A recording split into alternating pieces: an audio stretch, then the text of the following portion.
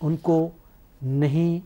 کرنی چاہیے، کھلم کھلا سامنے آنا چاہیے، لیکن ان کو غدار قرار دینا، ان کو بی ایل اے سے جوڑنا، انہیں طالبان سے جوڑنا، میرے خیال میں یہ بھی موضوع نہیں ہے۔ ٹھیک ہو گیا جی۔ شہزاد صاحب، سیاسی عزائم کے حصول کے لیے پاکستان تحریک انصاف نے جس طرز اور جس طریقے سے سوشل میڈیا کا استعمال کیا ہے، اس نے نقصان سیاسی زیادہ دیا یا فائدہ زیادہ کیا ہے؟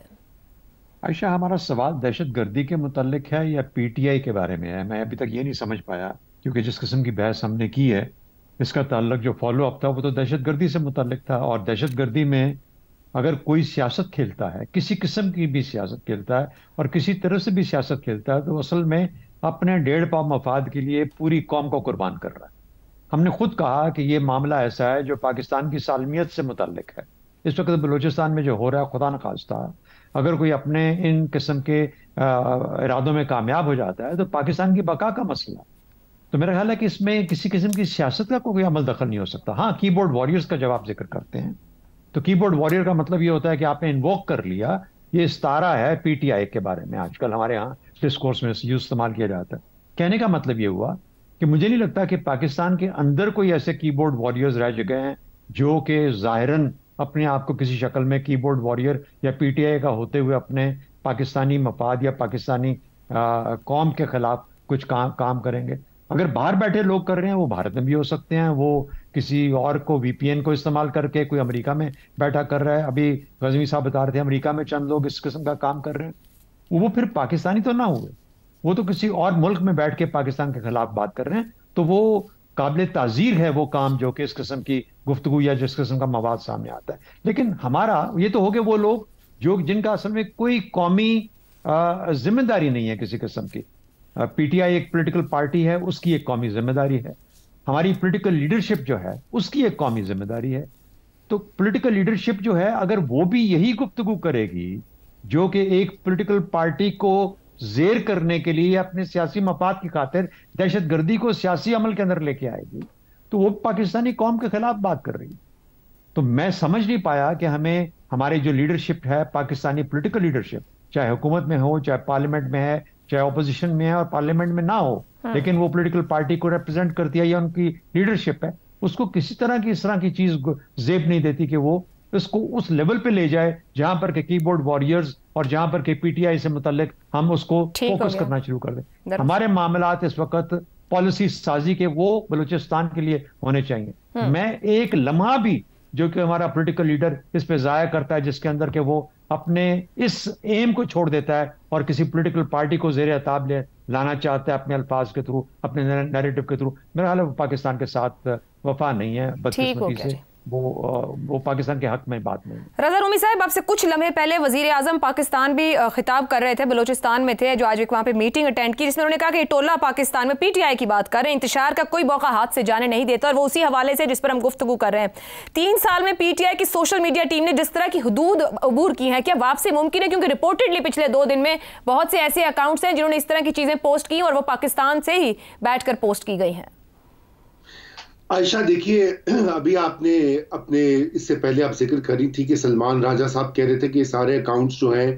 وہ پی ٹی آئی کے نہیں ہیں، اور زیغم خان صاحب نے بھی کہا کہ ابہام ہے پاکستان تحریک انصاف کے موقف میں۔ تو اس کا جو سب سے اہم اس وقت نقطہ ابھرتا ہے وہ یہ ہے کہ پاکستان تحریک انصاف اور اس کی جو لیڈرشپ ہے، بیرسٹر گوہر ہوں، چاہے وہ سلمان راجہ ہوں یا خود عمران خان ہوں جو کہ بہت ٹویٹس کرتے ہیں، بلکہ بیرون ملک جریدوں میں آرٹیکلز بھی لکھتے ہیں، تو وہ اس کے اوپر ایک 2 ٹوک موقف دیں تاکہ ان کی پارٹی فالو کرے۔ اگر وہ ابہام رہے گا تو ان کے جو سپورٹرز ہیں وہ مختلف ڈائریکشنز میں مختلف باتیں کریں گے، اور جن لائنز یا جن حدود کا ذکر کیا گیا وہ پھر ان کو عبور بھی کریں گے۔ اب مسئلہ یہاں پر یہ ہے کہ یہاں پر ایک، جیسے پہلے کہا گیا کہ ایک تو فضا بھی ایسی ہے، صرف یہ پاکستان کا مسئلہ نہیں ہے، جھوٹ اور سچ کی تمیز ختم ہو چکی ہے، چاہے امریکہ ہو چاہے یہ ہندوستان ہو، آپ پوری دنیا میں یہ ایک وبا کی طرح یہ جھوٹ سازی جو ہے یہ پھیلی ہوئی ہے۔ اب اس سے پاکستان نہیں، پاکستان بھی دنیا کا حصہ ہے اسی، اور پاپولزم کی جو ویو ہے اسی کا حصہ ہے، مگر یہاں پر یہ بھی نہیں بھولنا چاہیے کہ یہ ایک موقف رہا ہے اس سیاسی پارٹی کا آپ کو یاد ہے کہ جب تحریک عدم اعتماد کی وجہ سے عمران خان صاحب اقتدار سے فارغ ہوئے تو اپنے ٹیلی ویژن انٹرویو میں انہوں نے کہا کہ جس ملک میں ایسا ہو رہا ہو وہاں پہ ایٹم بم گر جانا چاہیے. اب دیکھیے چاہے انہوں نے یہ بات روا روی میں کہی ہو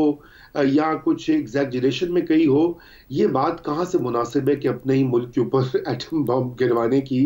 آپ اس کی سوچنا بھی نہیں چاہیے. کوئی بھی ملک پہ نہیں ہونا چاہیے ایکچولی تو, لیکن اپنے ملک پہ یہ کرنا چاہیے. تو یہ جو ہے نا کہ یہاں ہم ہیں یا کوئی بھی نہیں ہے, یہ اپروچ جو ہے, یہ لائن جو ہے دراصل یہ فالو کرتے ہیں بہت سارے پی ٹی آئی کے حامی بھی اور ان کے سپورٹرز بھی, اور ان کی تعداد بہت بڑی ہے, وہ بہت ایکٹیو ہیں باقی تمام پارٹیز اور گروپ سے, اس لیے ان کی چیز ڈومینیٹ بھی کرتی ہے. اور بدقسمتی سے یہ جو لائن ہوتی ہے کہ آپ نے اپنے سیاسی گریونس جو ہے اس کو ریاست کے جو مفادات ہیں یا نیشنل انٹرسٹ ہے اس کے اوپر قربان نہیں کرنا, یہ سوچ بھی لیڈرشپ کی طرف سے آتی ہے. Very valid point.